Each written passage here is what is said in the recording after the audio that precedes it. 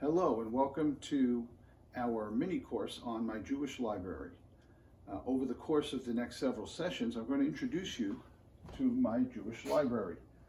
This is actually a basic library. A more advanced library would actually have many more books, but I would like to take the time to introduce you to the various things in the library and what they are and how they work together in order to understand really how Jewish law works, how Jewish knowledge works. There's really a great deal to be gained. We're going to work our way through the various sections and see how they all work together. So thank you very much for joining us. And I'm a little bit new at working the video camera during a live recording, so from time to time, you'll just bear with me. Thank you so much. I guess I need to learn editing better than I know it now. That would also help. Okay, so let's talk about our bookcases. Now, a couple of notes about my bookcases. First of all, if they don't look as perfectly ordered as your library or your lawyer's bookcases, that's in part because I don't have enough room, but also in part because I tried to organize things sort of according to section, and the shelves only hold so many books. Also, in order to keep all my resources in one place, I've sort of made compromises on the aesthetic appearance of my bookcases, so thank you for bearing with us. Let me walk you through. I'm going to just very, very briefly take you through each bookcase, and I'm going to move the camera slightly. Okay. I'm going to move the camera slightly so that we can focus in particular on the desired bookcase. So let's start here. We're going to go right to left because that's what we do in Judaism. We go right to left. Thank you for bearing with me here as I try to manage the appearance. Okay, so up here on this top shelf is the Talmud. This is a 20-volume set of the Babylonian Talmud.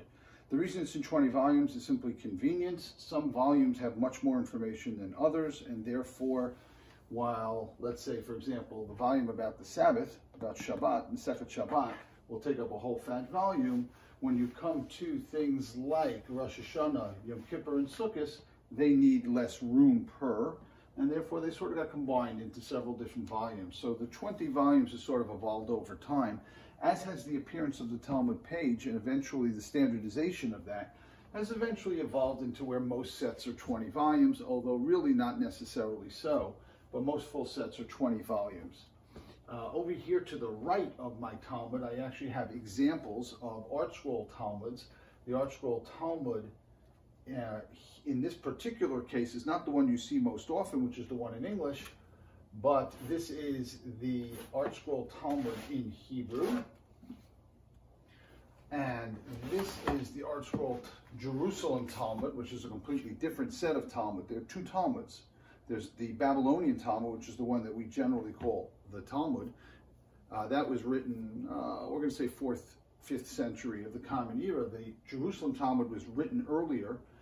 It's generally not what we follow and use, although certainly scholars use it, and it's a much longer discussion, but this is the ArtScroll Jerusalem Talmud. So that's also been made accessible, fortunately, and I've been able to study not only the Babylonian Talmud and the Tractate of Brachot, the first tractate, but also the Jerusalem Talmud. So that's our top shelf in this bookcase, and you can see it continues over to here. Now, when we get to the second shelf of this bookcase, you have Bible. You also have my shofar. This is, by the way, this shofar was given to me as a bar mitzvah present many, many years ago. And I've been using it proudly for, let's see, since my bar mitzvah, so 45 years I've been using this shofar. It's the easiest shofar in the world to blow. Every Hebrew school kid who tries it pretty much can do it. But we're going to slide that over to here and introduce you to a shelf or two, or ultimately 2.5, about Tanakh. Tanakh is the Bible. And the shelves about the Bible, we've got the Torah here, but we have the Torah with different commentaries. For example, here's the ArtScroll Chumash.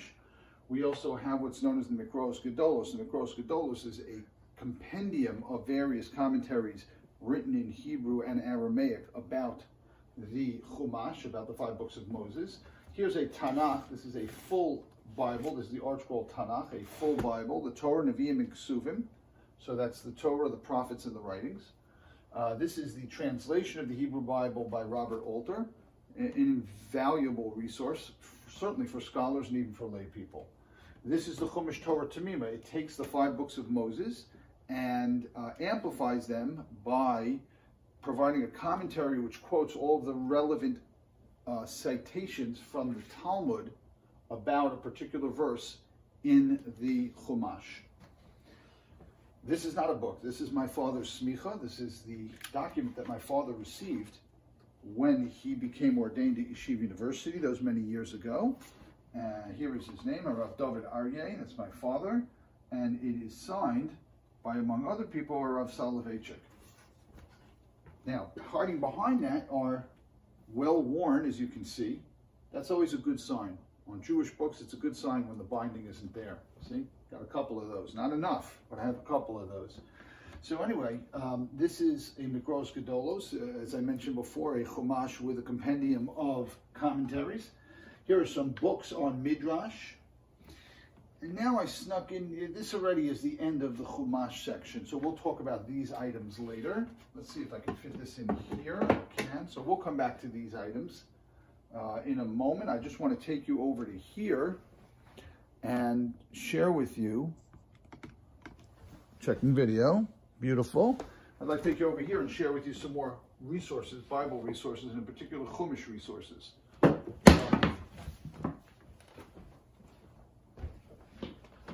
That was my shofar. Okay, so this is a Midrash Rabbah. The Midrash Rabbah is a collection of Midrashim, 1st, 2nd century Common Era, I believe. I'm not 100% sure, but and this is a collection of Midrash on the 5 books of Moses, as well as the Megillot that we read on their various holidays. So, for example, here's Megillas Esther, which we read on Purim, Megillas Rus, which we read on Shavuos, Eicha, which we read on Tisha B'Av, etc. So these are a collection of Midrashim. Over here are more Midrashim, the Yalkut Shimoni, more Midrashim. This is a Chumash with a commentary, with an advanced commentary. This is the Rav Hirsch Chumash translated into English. It's a beautiful, if you're looking for one Chumash to sort of say, you know, I'd like to study a little bit more Chumash, I want to read it, I want to read something which is inspirational and highly intellectual but accessible, this is your bet, the Rav Hirsch Chumash. This is actually a Talmud resource, so we will come back to it. So that's essentially most of the Chumash resources, the Bible resources, although I would like to share with you one very important additional resource, and that is known as a concordancia. Once again, a good sign. Jewish books that are falling apart means Jewish books that have been used frequently. This is a concordancia, and the purpose of the concordancia is to allow you to find anywhere in the Bible, to find a particular word. It will literally tell you everywhere in the Bible where a particular word is found. Now, for some words, that's a pretty short list anyway. So let me find something which is short. The word keha. So there are 6 or 7 listings, and you can know everywhere in the Bible where that is found. If, however, you wanted to look up the word es, which can be found in the Bible an almost innumerable time, but you really wanted to know how many times it was found in the Bible, you could then turn to the appropriate page here in the concordancia. That's not an English word. And here is the listings for the word es, and it goes on for quite a few pages. But anyway, this becomes an invaluable resource, because if you see a word somewhere in the Bible that refers to a specific word, and you want to see whether that word is used elsewhere and see what its meaning is in other contexts, that's an example of what you would use a concordancia for. It's a great reference tool. Let's stay with reference tools for just a minute. And we have the Jastrow Dictionary. This is a dictionary. Which is written for Aramaic, to translate Aramaic words. Super important, because the basic Talmud, the basic Gemara, is written in Aramaic. So it's very important to have an Aramaic dictionary.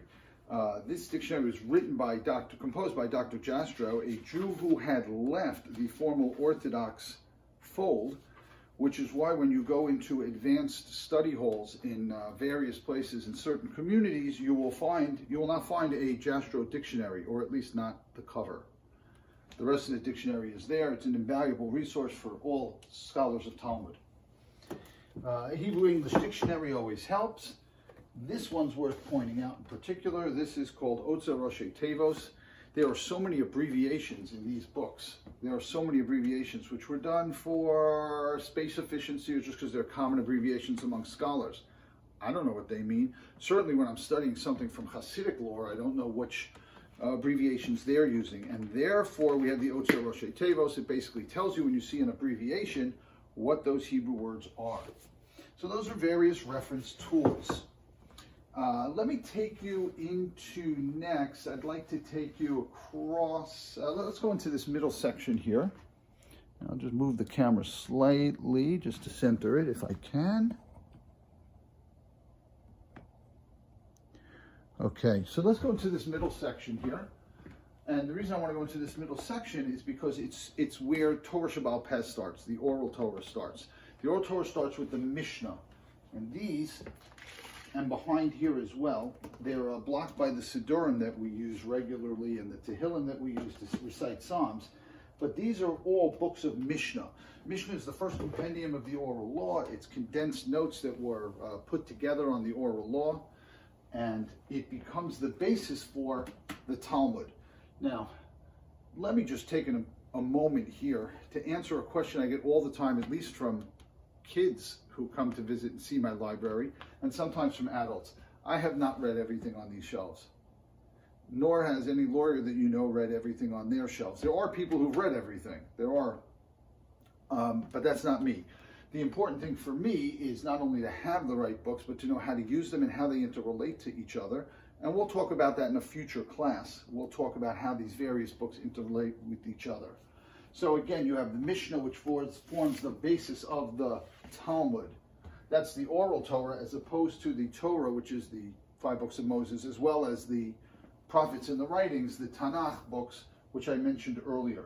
I'd like to take you down here for just a moment as we reach the end of our first session. I want to take you down here for a moment and introduce you to some books about the Bible and the Talmud that I have, which I find particularly interesting. I've spent a lot of time reading, in particular,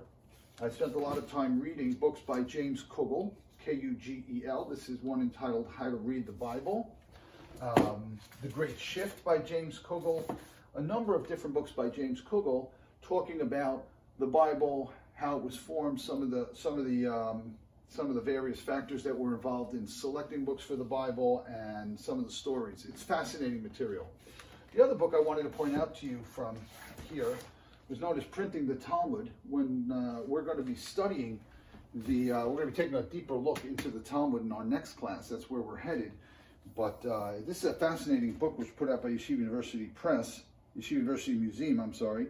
And what it does is it takes you through the entire history of manuscripts of the Talmud, and more importantly, the various printing editions of the Talmud, which remarkably eventually ended up being standardized in a way that we'll discuss in our next session. So this concludes our first session on my Jewish bookcase. We will be continuing. There'll be another session tomorrow, God willing.